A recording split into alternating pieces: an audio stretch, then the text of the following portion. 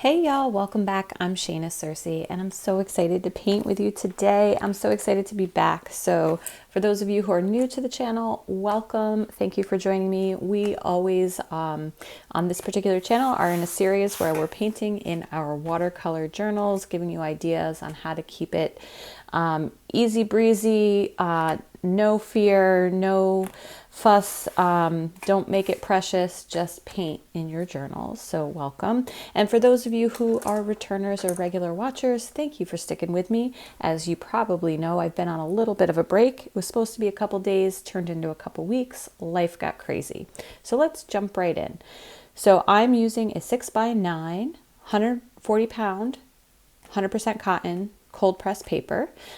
This is a Bao Hong sketchbook watercolor journal that I love. Link is in the description. But they are hard to get sometimes. I try to keep a couple in stock so that I don't run out, because sometimes they do take a long time to come. I'm also using my Core mini palette, QOR by Golden. This is a great little palette that packs a punch, has 12 colors in it, everything you need to pretty much mix any other color under the sun for the most part. So I really love this little mini palette, and I'm a big fan of Core paint for watercolor, but whatever you have is great. I have a series or a set of different brushes here, a little bit of everything, all rounds for the most part. I have a size 10, a 4, an 8, a thin rigger or liner brush, fine liner brush. This is a quill brush. Probably won't use this today. Just happened to be sitting here on the desk. So I usually stick with Princeton brushes, or Silver Black Velvet are the ones that are my go-tos. And then last but not least, I also have my enameled butcher tray here. So this is a metal enameled tray, great for mixing colors on, just a bigger space to mix things on. So today I'm going to do, since I have not been painting as much, and I'm so excited to get back to it now that life has calmed down a little bit, I'm excited to get back to painting in my journal regularly and recording that and putting it up for you. So we're going to start with something I know, but I don't paint that often. So it's a little bit of familiarity, but a little bit of a stretch to kind of warm myself back up. So we're going to do some peonies. Those are a popular flower. Lots of folks like to paint them in different channels, and I know a lot of folks who follow this channel love to paint flowers. So that's what we're going to start with. So I'm starting out with some Quinacridone Magenta, and I'm just watering it down, making a nice little juicy puddle here. And you can do lots of different, you can draw peonies out and have very defined petals and leaves. We're going to do loose and just go ahead and paint them and kind of create the basic shapes of them. So these are going to be very loose, kind of falling apart peonies, like not really tight and put together. So all the petals are kind of starting to come out. So the first thing I'm going to do is I'm going to come into the center here and do kind of the main petal around the center that's folded up and hasn't fallen yet. So I painted kind of this slightly flattened U shape, and I'm throwing in a little color at the bottom, wet on wet. I'm actually going to pull a little bit of the color off the top.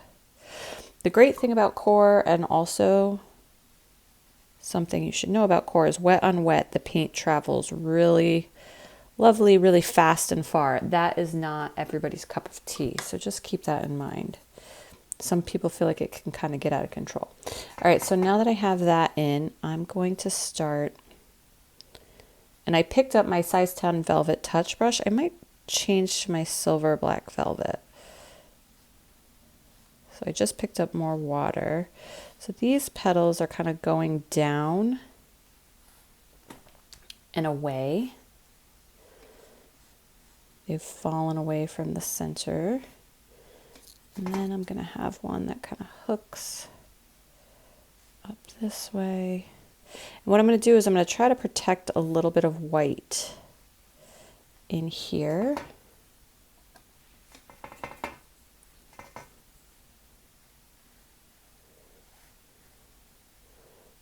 and that's where I'm going to paint in the center part, like the stamen, the little yellow, and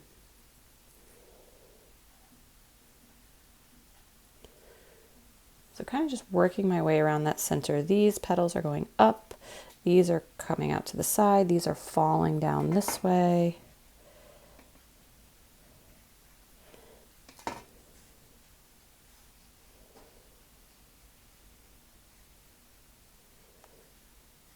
Let's fill something in here.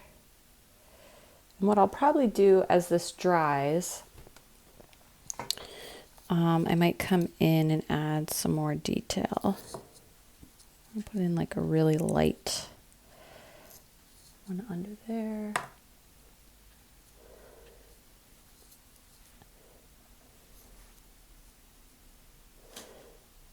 Dropping in some darker color, like right around the center area.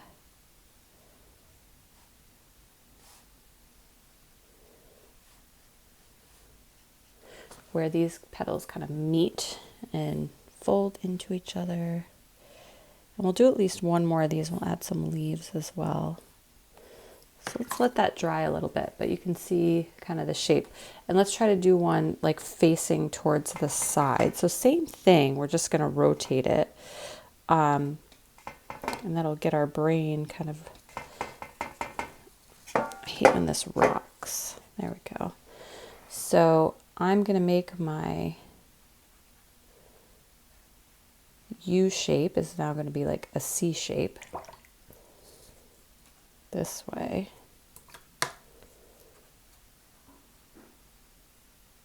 Just rinsed my brush off because I went a little heavy on the color. And now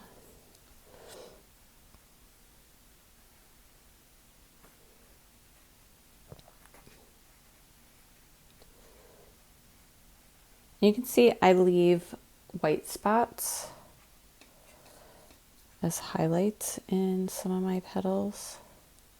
I try to get up on the tip of my brush. So I'm up on the tip of my brush, kind of drawing out and then pressing down and flattening out the petal part.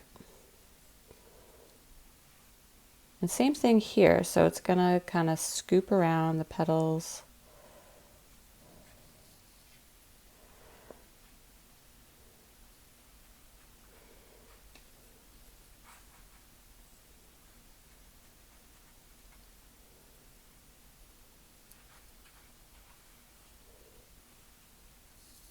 This is definitely harder for my brain to kind of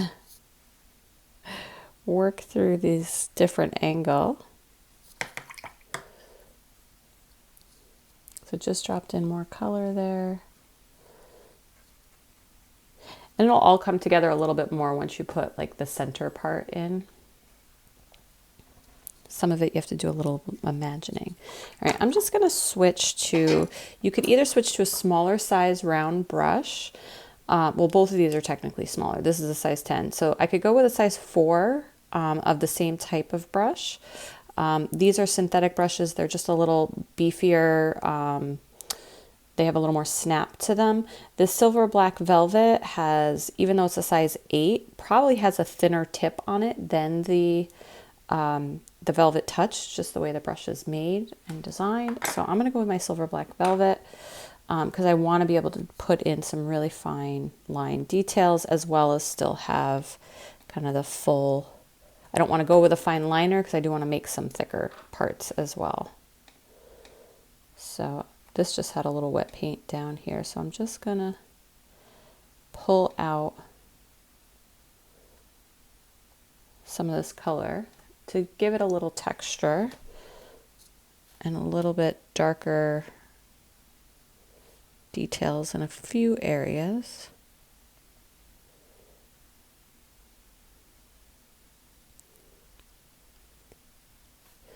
And you can go from the bottom and from the top to draw in like these little ridges and fine lines. You don't have to do this at all. You can leave it super loose and just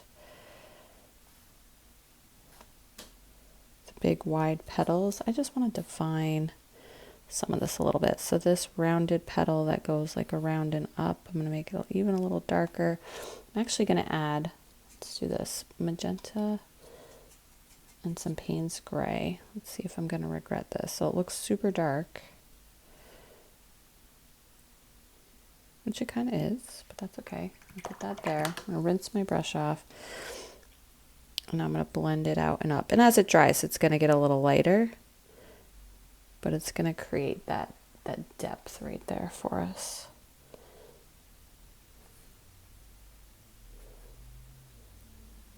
This is great to kind of experiment with. You can leave some like super light and airy. You can add more details to some. See what you like, see what you prefer. Like I said, there's a million different ways to paint the same subjects, lots of different styles, from loose to super detailed, somewhere in between. All right, so as these dry, I'm going to come in with some of my yellow here. This is a bismuth yellow. And I'm just going to dot in kind of the tops of this yellowy area. Do the same over here.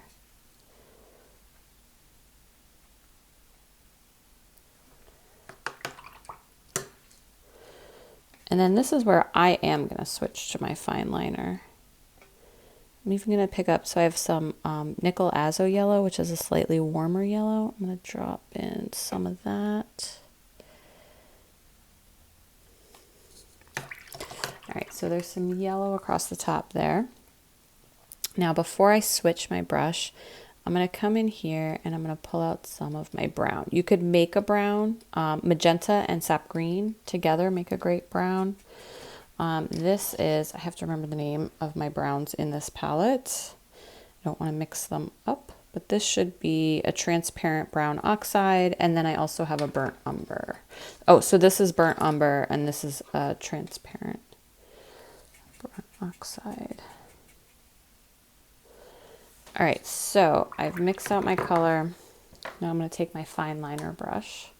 This is a 2/0 size. They come in lots of different sizes, but what you want to look for is that long bristle at the top, those long thin bristles at the top.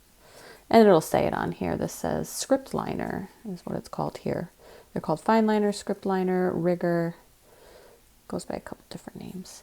So I'm rolling my brush in the paint, but I'm also then kind of taking some of it off. I want to have control. And then I'm going to come in here and I'm going to start to just, you can go from the bottom to the top. Hopefully you can see that. I'll move my hand out of the way. And I'm just going to start to build in the center. Stroke by stroke. Be patient. You don't have to get it all done in one shot. You can actually let it dry a little bit in between. I'm going to put in some dots into the bottom of this yellow. And then I'm even going to take some Payne's gray and add that to my brown to make an even darker color. So we're going to get couple different values in here and shades.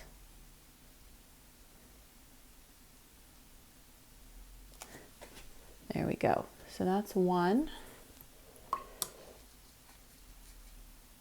And I'm going to start over here, just scooch this out of the way a little bit so I can get my hand in here.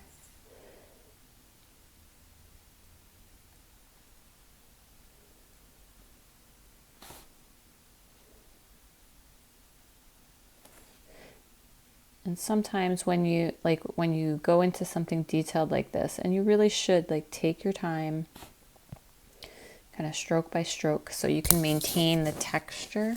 Oh, sorry, hit my mic. So you can maintain the texture while still building kind of density and layers.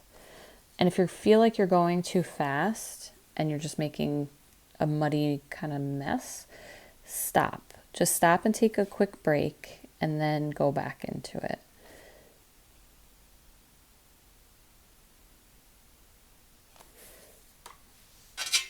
going to come in with a little more of this darker yellow.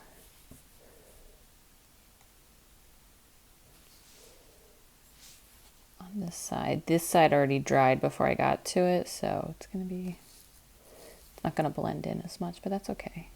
I just want this yellow, picked up a little orange too, to have a little bit more texture, a little more variation, not just be flat yellow.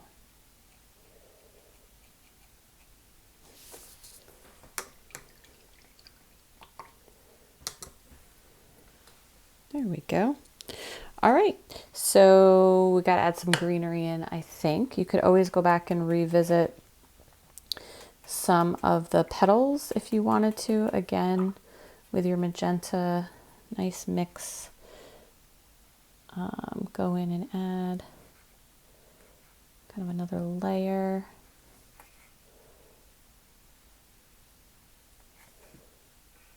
Where you want to show texture and some shadows. Just give the petals a little bit more interest, especially if they're kind of all blobbing together in certain areas. But don't, you know, less is more sometimes, like just a few spots.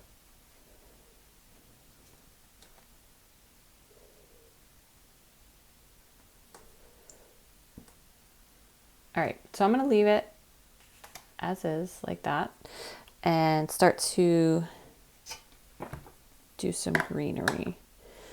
So I have this beautiful sap green. Hopefully you can see that. Let me move these that I'm not using over here. It's like migrated off the camera, off the page.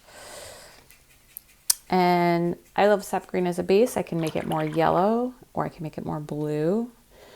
It's a very warm green with lots of yellow undertones already. So if you wanted to go more yellow, you can do that.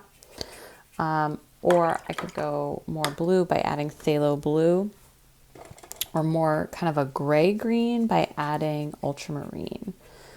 So I think I'm going to go a little bit more blue. I added just a little phthalo, PHTHALO, phthalo blue.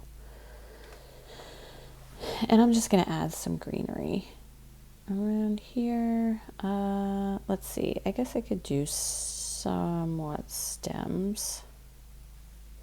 Stems are pretty thick.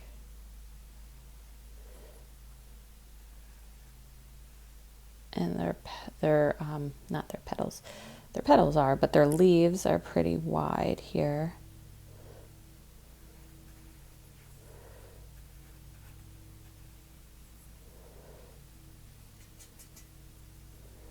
I'm going to do one, so the stem would be somewhere like coming this way. Through there. So nice thick juicy brush, just making a big broad kind of leaf shape. Using the whole side of my brush, but then also getting up on the tip to define some areas. And then it's always fun with leaves to like drop in some darker color while things are still wet.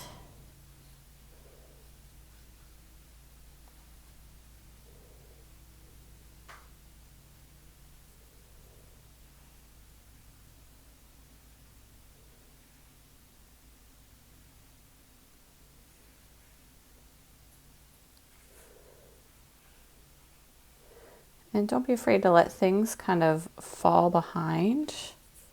So you don't have to paint the whole leaf. You can let it fall behind the petals. So just half of this leaf you can see. The rest is tucked right up against there.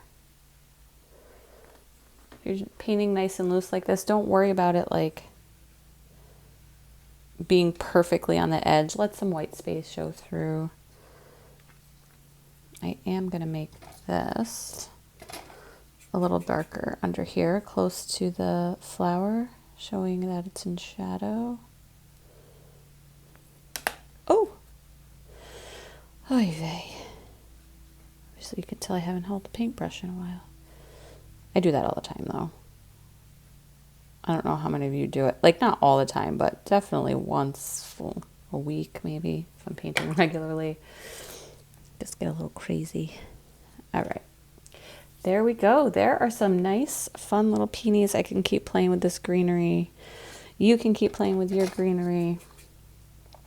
Mixing up the colors. Adding in like thinner little details kind of popping out in different spaces. You can put some smaller leaves in places just to fill in the space. There we go. Some beautiful peonies.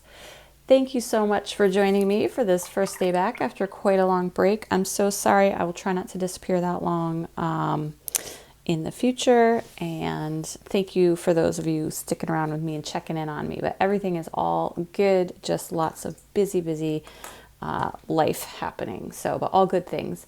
Thank you so much. Don't forget to check the description for links to supplies and materials. Everything that I used here should be linked in there.